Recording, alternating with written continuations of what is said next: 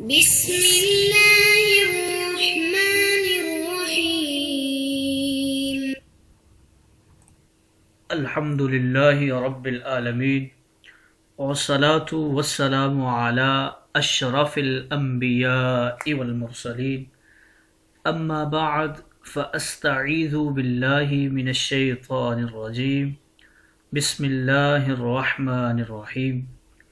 السلام علیکم ورحمۃ اللہ وبرکاتہ. عزیز طلبہ کرام، امید کرتا ہوں احباب خیر سے ہوں گے. آج انشاءاللہ ہم تفسیر جلالین کے درس نمبر 5 میں سپارہ نمبر 16 سے سورہ کہف کی منتخب کردہ آیات 90 سے لے کر 94 تک پڑھیں گے، جس میں حسب سابق سب سے پہلے کلام باری تعالی کا ترجمہ ہوگا، پھر مفسر کی تفسیری اغراض کو تشریح و توضیح کے ساتھ مفصل ذکر کیا جائے گا. تو آئیے بلا تاخیر بڑھتے ہیں اپنے آج کے درس کی طرف. بسم اللہ الرحمن الرحیم.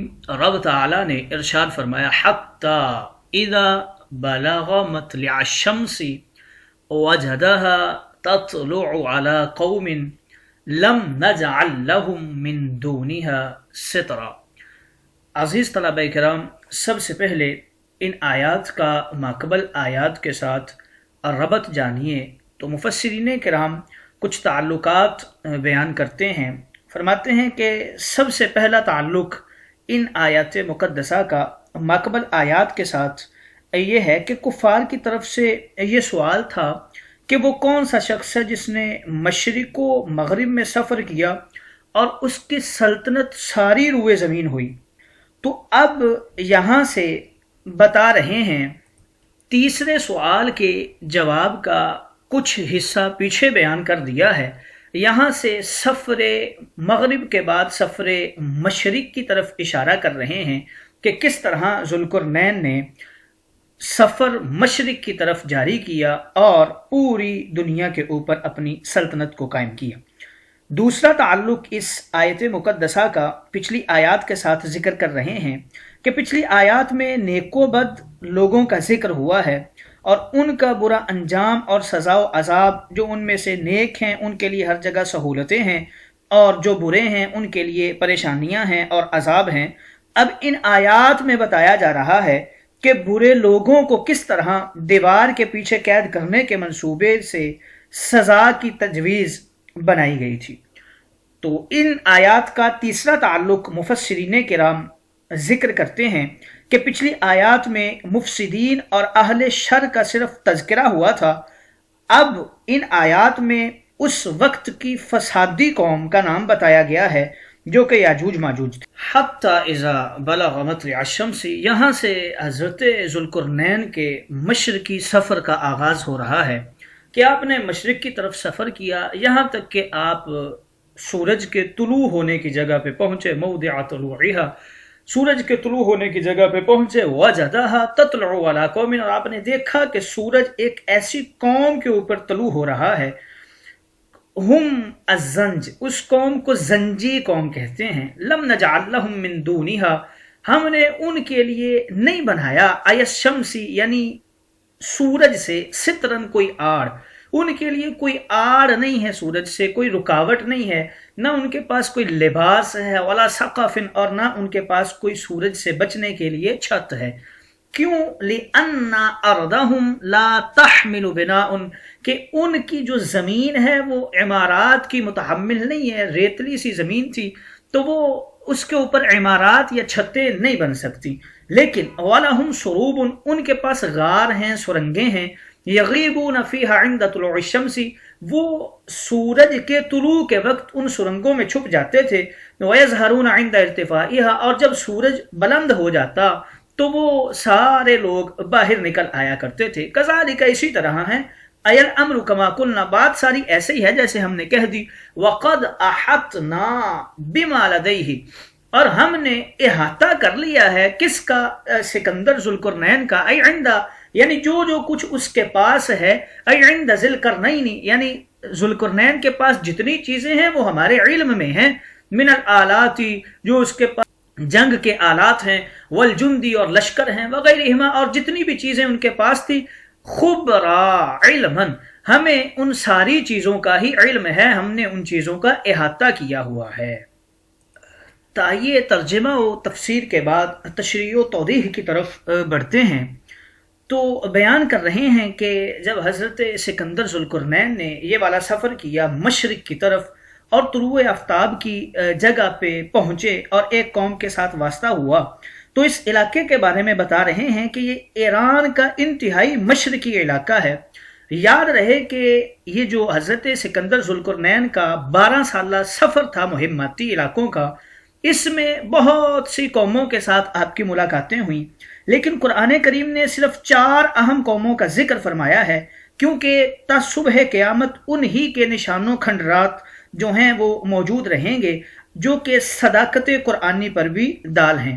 وہ قومیں مفسرین کرام نے اپنی کتب میں کچھ یوں ان کے اسماء ذکر کیے ہیں۔ ایک تو مغربی قوم تھی جس کا نام لیجاسوس تھا، اور دوسری مشرقی یہی خانہ بدوش زنجی قبیلے تھے، ان کے نام بلخ، مکران، گڈریا، سندو اور ریبیا کے نام سے یہ مشہور تھے، اور تیسری قوم شمال کے اندر ترک اور تاج روم یافس بن نوح کی اولاد میں سے تھے، اور چوتھی قوم یہی یاجوج ماجوج تھے جو یافس بن نوح کی اولاد میں سے تھے۔ ان کے ساتھ سکندر ذوالقرنین کی ملاقاتیں ہوئیں، اور ان 4 اہم قوموں کا ذکر قرآن مقدس نے کیا ہے۔ اب جب اس زنجی قوم کے پاس پہنچے اور مشرق کے اندر، تو دیکھتے کیا ہیں کہ ان کے پاس سورج سے بچاؤ کا کوئی ذریعہ نہیں ہے، نہ کوئی گھر ہے، نہ ان کے پاس لباس ہے، نہ ان کے پاس کوئی چھت ہے، نہ خیمہ ہے، کیونکہ ان کی زمین ہی ایسی تھی جو چھت بنانے کے قابل نہیں تھی، گھر بنانے کے قابل نہیں تھی، تو ان کے پاس سورج سے کوئی بھی آڑ نہیں تھی، ان کے پاس صرف سرنگیں ہوا کرتی تھی جس میں یہ چھپ جایا کرتے تھے۔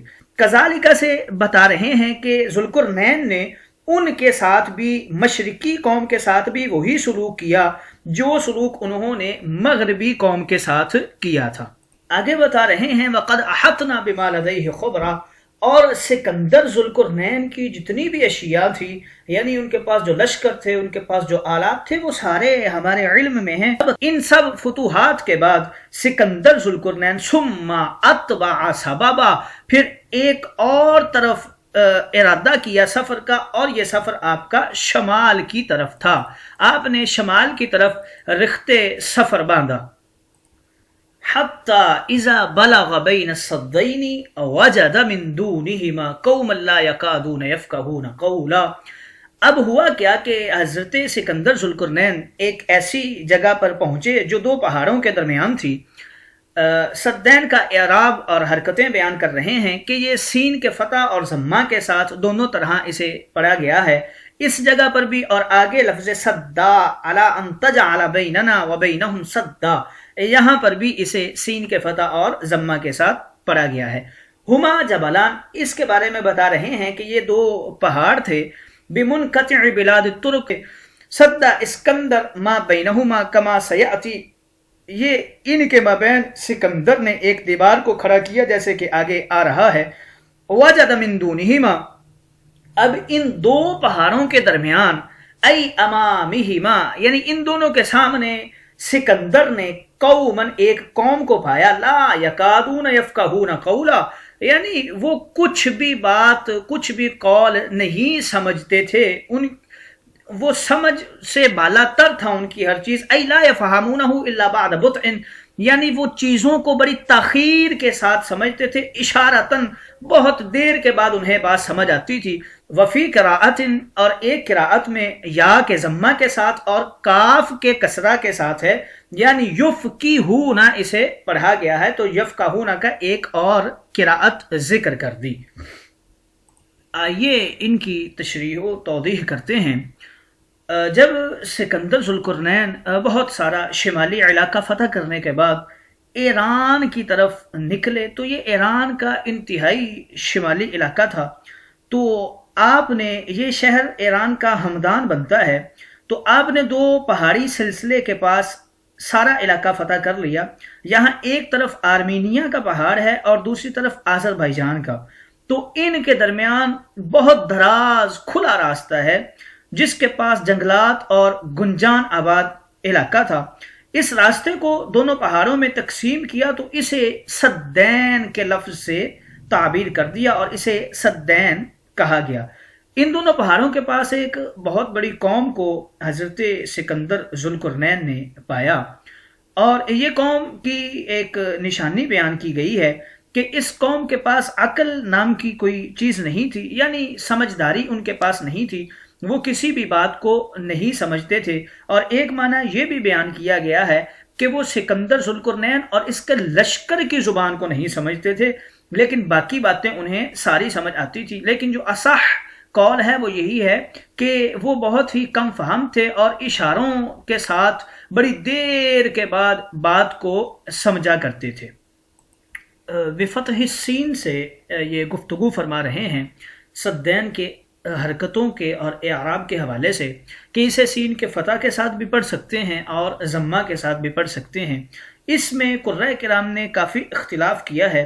جو مدینہ کے قراء ہیں اور بعض کوفیین جو ہیں وہ اسے حتی اذا بلغ بین السدین پڑھتے ہیں، یعنی سین کے ضمہ کے ساتھ، اور اسی طرح سارے قرآن کے اندر وہ سین کا ضمہ ہی پڑھتے ہیں. اور جو مکہ کے بعض قراء ہیں وہ اسے فتح کے ساتھ پڑھتے ہیں، یعنی حتی اذا بلغ بین السدین. لیکن وہ یاسین کی جو سین ہے اسے ضمہ کے ساتھ پڑھتے ہیں. اور بعض کا یہ ماننا ہے قراء کرام کا، وہ فرماتے ہیں کہ لفظ الصد جو فتح کے ساتھ ہے اس کا معنی ہوتا ہے هو الحاجز بینک و بین الشیء، یعنی الصد کا معنی آڑ ہوتا ہے جو یہاں پر مراد لیا گیا ہے.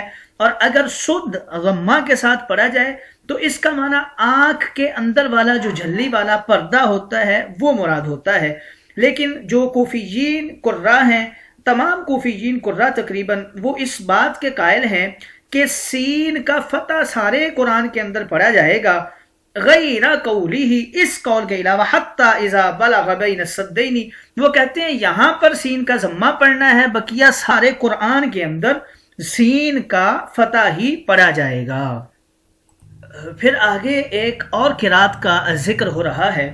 یفقہون کے حوالے سے بھی قراء کرام کا اختلاف ہے. فرماتے ہیں فی قراءۃ بضم الیاء وکسر الکاف، کہ حمزہ اور علی جو قاری ہیں ان کے نزدیک یا کے ضمہ کے ساتھ اور کاف کے کسرہ کے ساتھ. تو اس میں کثیر اختلاف ہے قراء کرام کا.